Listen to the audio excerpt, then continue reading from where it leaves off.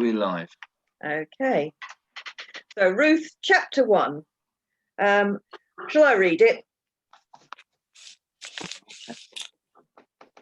In the days when the judges ruled, there was a famine in the land, and a man from Bethlehem in Judah, together with his wife and 2 sons, went to live for a while in the country of Moab. The man's name was Elimelech, his wife's name Naomi, and the names of the 2 sons were Mahlon and Chilion. They were Ephrathites from Bethlehem, Judah, and they went to Moab and lived there. Now Elimelech, Naomi's husband, died, and she was left with her 2 sons. They married Moabite women, one named Orpah and the other Ruth. And after they had lived there about 10 years, both Mahlon and Chilion also died, and Naomi was left without her 2 sons and her husband. When she heard in Moab that the Lord had come to the aid of his people by providing food for them, Naomi and her daughters-in-law prepared to return home from there. With her 2 daughters-in-law, she left the place where she had been living and set out on the road that would take them back to the land of Judah. Then Naomi said to her 2 daughters-in-law, "Go back, each of you, to your mother's home. May the Lord show kindness to you, as you have shown to your dead and to me. May the Lord grant that each of you will find rest in the home of another husband." Then she kissed them, and they wept aloud and said to her, "We will go back with you to your people." But Naomi said, "Return home, my daughters. Why would you come with me? Am I going to have any more sons who could become your husbands? Return home, my daughters. I'm too old to have another husband.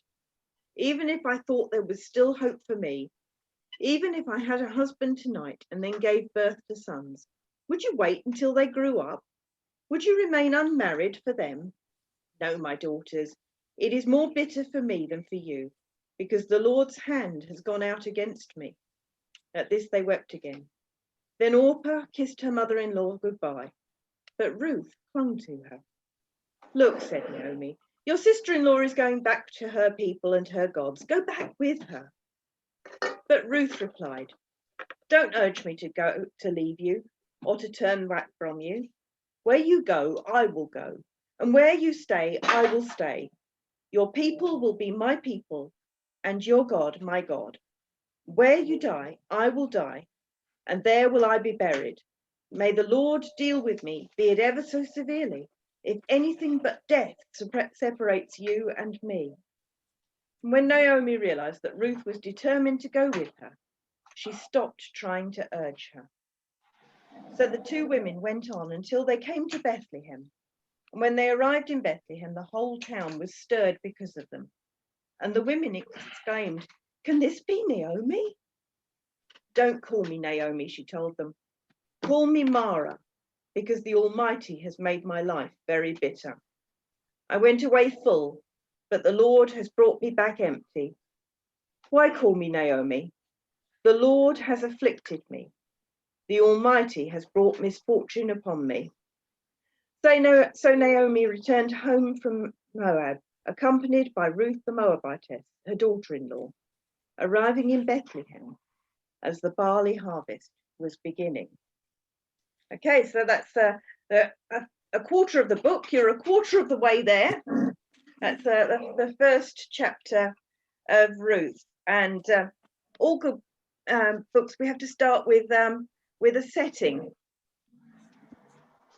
As the traditional fairy tales put it, once upon a time. And this one starts with the time in the days when the judges ruled.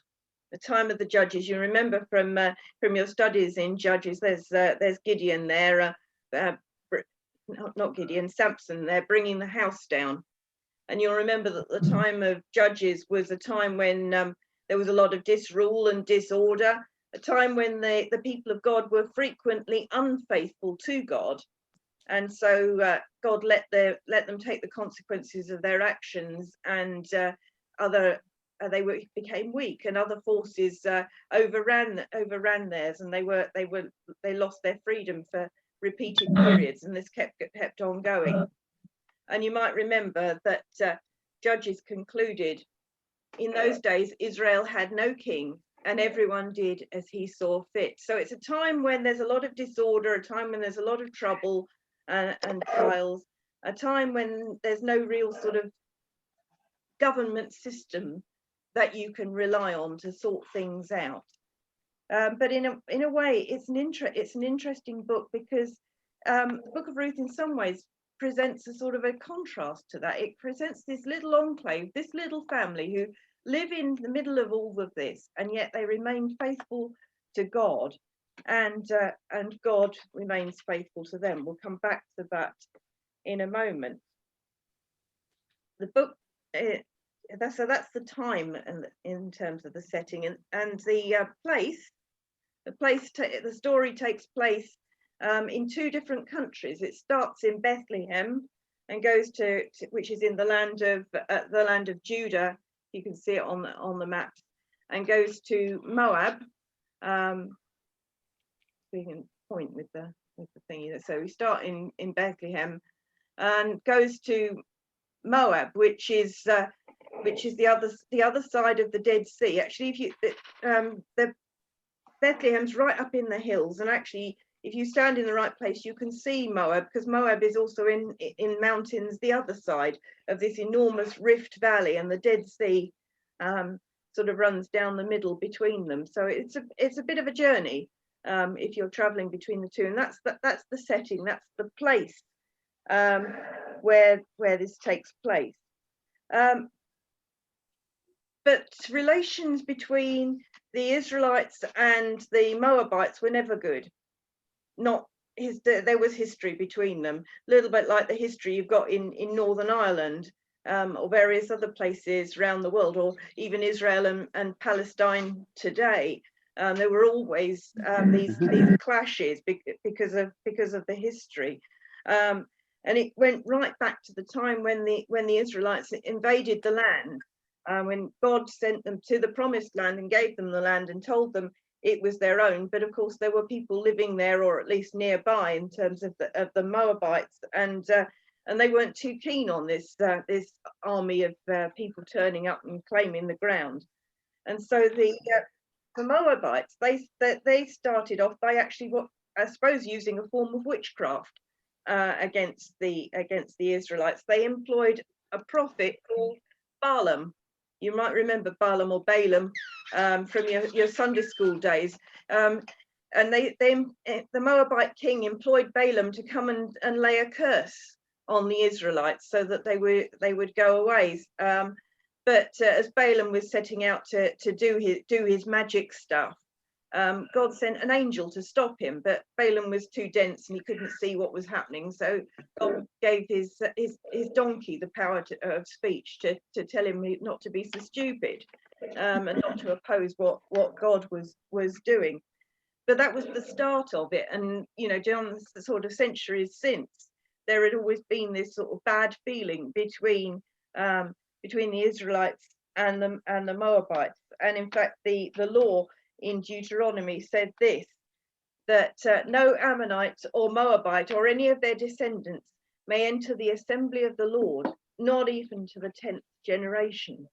So you wouldn't be really accepted in Israel. You could live there, but you wouldn't be, I suppose, in our terms, a citizen down to the 10th generation. Now, I've been doing a bit of research on ancestry. We've been playing around with our family tree since Chris inherited a load of family documents and things. And 10 generations, I counted back, takes you back to the 16th century, to give you an idea. So that would be quite a long time to wait to be accepted, wouldn't it? And so this is in the history between them. So that gives you an idea of the background and quite how difficult it would have been for Elimelech to say, right, we'll up sticks and we'll move to the country next door. Even more difficult than us saying, well, we'll go and emigrate to France. Just because you can see it doesn't necessarily mean that it's possible to go there. So, but the story starts in Bethlehem, and Bethlehem means literally, the name Bethlehem means the house of bread. And and so, it's a lovely name for a village. Obviously, it's a place where there's sort of a lot of agriculture and plenty and so on. And in this house of bread, in this little village called Bethlehem, lives a man called Elimelech. And as the story will show, he's a man of faith. He's a person who's not abandoned God. And the story, in a way, of Ruth, in some ways, I think one of the things that it's saying, one of the messages that it brings, is what happens if the law is taken seriously? What happens if you actually do what God says? The contrast is that around them, everybody's doing their own thing. Everyone's doing what they think do. Everyone's doing as they see fit. But here is a group of people who are actually trying to follow God's law. And what happens if you do that? And Elimelech's name actually means my God is king. If you sort of contrast that with, the end of Judges, where it says there was no king, everybody did what they saw fit. Elimelech, the name meaning my God is king. He's somebody who lives, who has got a king. His king is God, and he's going to try and follow his law. And the Hebrew word chesed, I know it looks like cheesed, as in cheesed off, but it's not. In fact, it means the opposite of that, and it's pronounced chesed, and it means faithful or loving kindness. And that's a really good, strong Bible word. You'll hear people talk in the New Testament about the word agape, which means self-giving love. And chesed is almost a sort of New Old Testament equivalent of that. And the book of Ruth, it gives you lots and lots of examples of what it means to be chesed, to be faithful, to show loving kindness, and to experience that chesed, that loving kindness and that faithfulness of God. So that's the themes. That's one of the themes of the book, is that God is faithful, and he wants his people to be faithful to him. But you'll have noticed possibly already that names matter in this book. There's an awful lot going on with the different meanings of the names of the characters and names of the people. And there's two reasons for that. One is that the Hebrew people, they believed that names were sort of prophetic.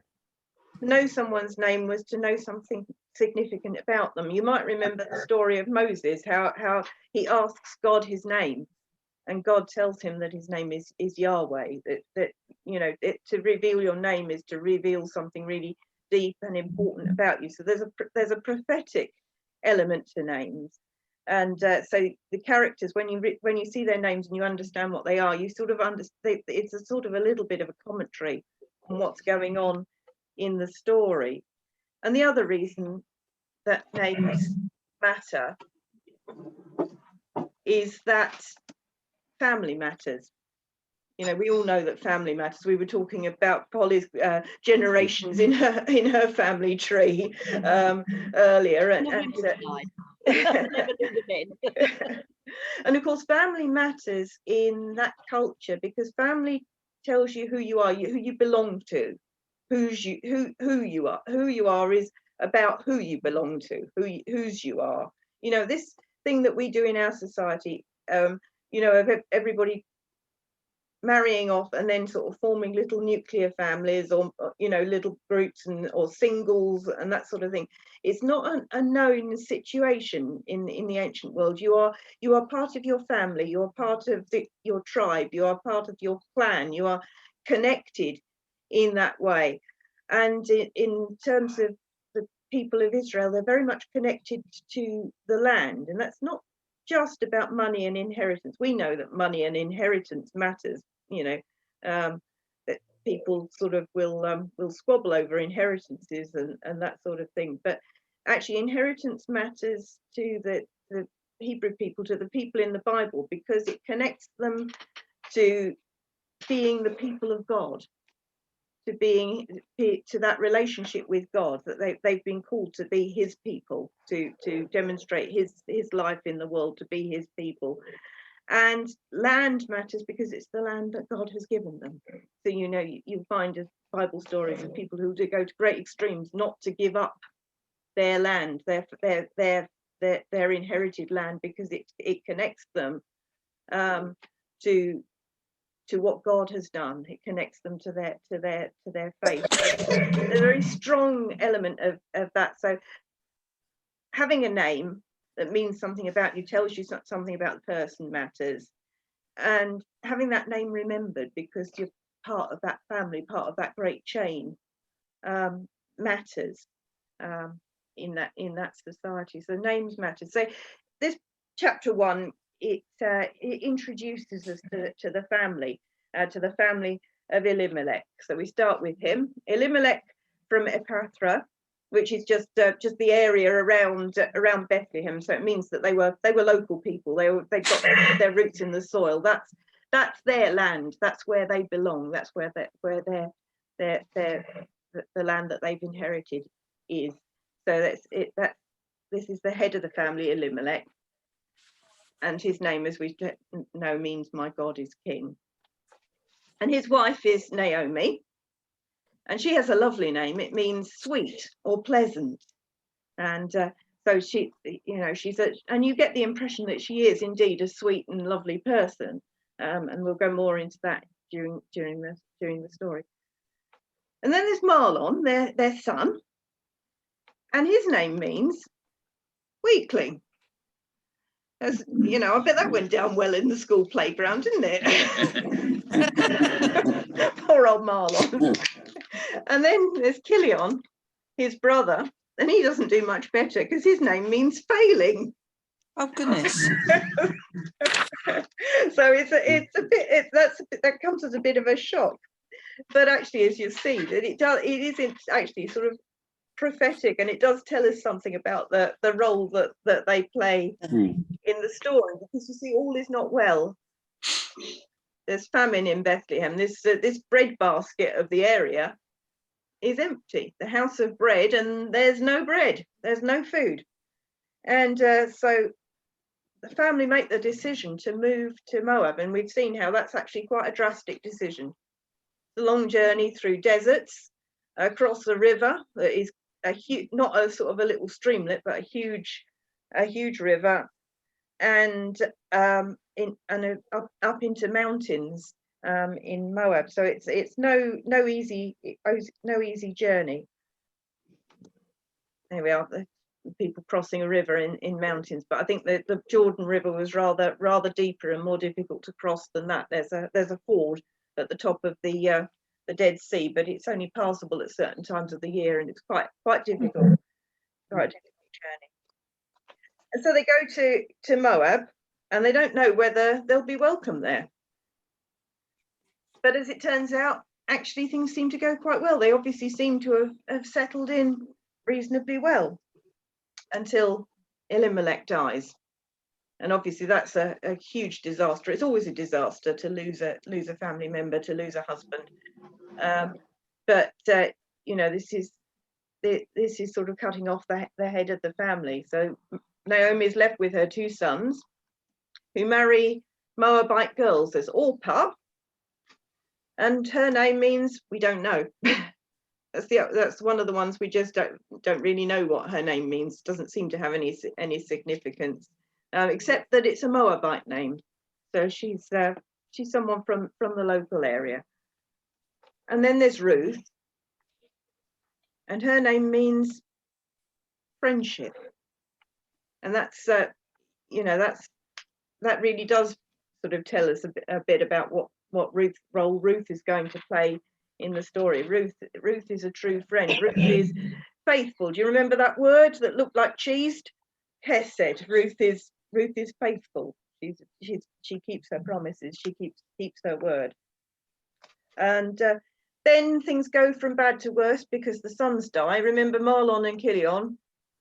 They're not. You sort of almost know that you're not to expect them to live, because they're weaklings and failing. So they die as well. And when the sons die, Naomi, who went away full, she says that she had everything she could want. She had a husband, she had 2 sons. She has a family line that's going to be continued. She can be assured of that because, she's got not just 1 son, but 2. Like they say of the royal family, there's the heir and the spare. And now she's lost all of them. And she said, so I went away full, but now I'm empty. So Naomi decides to return home. She hears that there's food again in Bethlehem. Things are prospering, and that she better cut her losses and go back to Bethlehem. And of course, the daughters-in-law they pack up to come too, because in those days, and in that culture, and in some cultures still today, to be married was not just to be married to that individual. It was to join a whole family. That's always true in a sense. So I remember being slightly shocked to discover that along with Christopher came all the rest of his family, and some of them were a bit odd. But that for that culture where what I was trying to say about being part of a tribe, part of a clan, belonging. When you marry, you don't just marry the husband, you marry his family. You become part of that family, and for girls, that means actually possibly the closest relationship they form is actually with their mother-in-law, because she becomes a new mum and they become part of that household together, and that they work together to run the household, while the husbands go out and work in the fields or whatever it is they do, and so so they all live together in the same household. And so the assumption of Orpah and Ruth is that, well, if Naomi's going, we're going too, because we're part of Naomi's tribe now. And Naomi then realizes that obviously that's unreasonable. She can't provide for them. What's she going to do? So she tells them to go back to their mother's houses, because you see, in those days the custom was, and it seems that custom was possibly in Moab as well as Israel, and generally not just in the Jewish law, but that if again, it's to do with this inheriting land, inheriting the family name thing, that if a man dies and leaves a widow who's childless, the custom was that you would find another member of the family to marry her to, and any children from that relationship would inherit the name of the deceased and their land and their connection to the land, and so their name gets remembered down through the years. But Naomi says, I can't do that. I'm too old to have any more children, and it would be unreasonable for you to wait for them anyway. I cannot provide for you. I cannot provide the thing you most need, which in that culture is for a widow is a husband. She can't do it. There's no one to do that for. And there is a name for someone who does that, and it's a goel, or a kinsman redeemer. I think you were talking about that when in the Job thing, but there isn't one. And Naomi can't provide, so she sends them back. It's like a next of kin you're talking about, aren't you? Yeah, and someone who will provide for you and keep the family name going.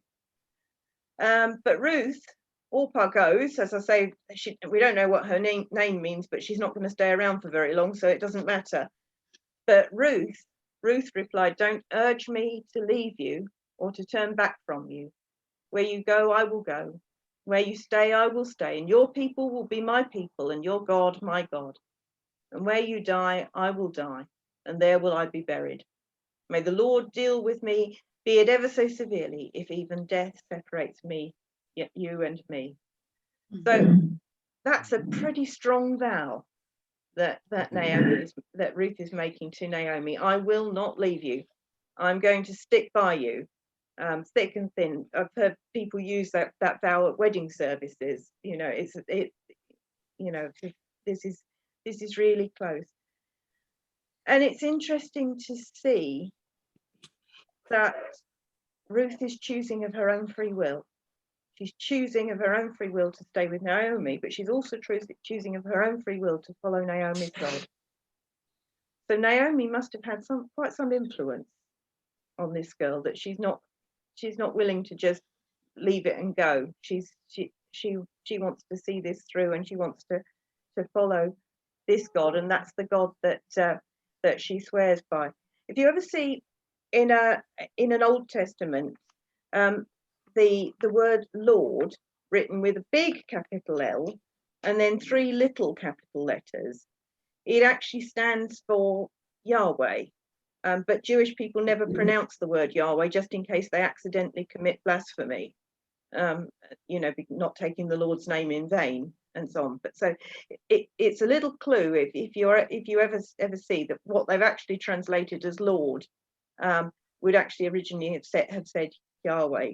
So she's using the name, she's making it, this is a strong vow to be faithful to Naomi and to be faithful to Naomi's God. And so she's choosing to follow of her own free will. And so Ruth and Naomi come to Bethlehem, and there's one last name to remember. Naomi says, "Don't call me Naomi, call me Mara." She thinks that her name ought to be changed now, because Mara means bitter, and life has become bitter for Naomi. She's lost everything. She's lost her husband, she's lost her sons, and she feels like God has turned against her. She says that, doesn't she? The Lord has turned against me. So she's lost everything, and life has become bitter. So she's a little bit like a female Job at this point, and that's how the first chapter ends, with just a tiny glimmer of hope, because it says that it's the time of the barley harvest. So remember, we went away because there was no bread. We're coming back because there's food now, and the harvest is just about to begin. So food is another of the things that tends to move the story on in this book of Ruth, and that suggests that there's hope, even though it doesn't look like it in this end of the chapter. Okay. Next time. So next week we're going to look at Ruth chapter 2, harvest in Bethlehem. We're going to see whether this harvest actually comes to anything for Ruth and Naomi.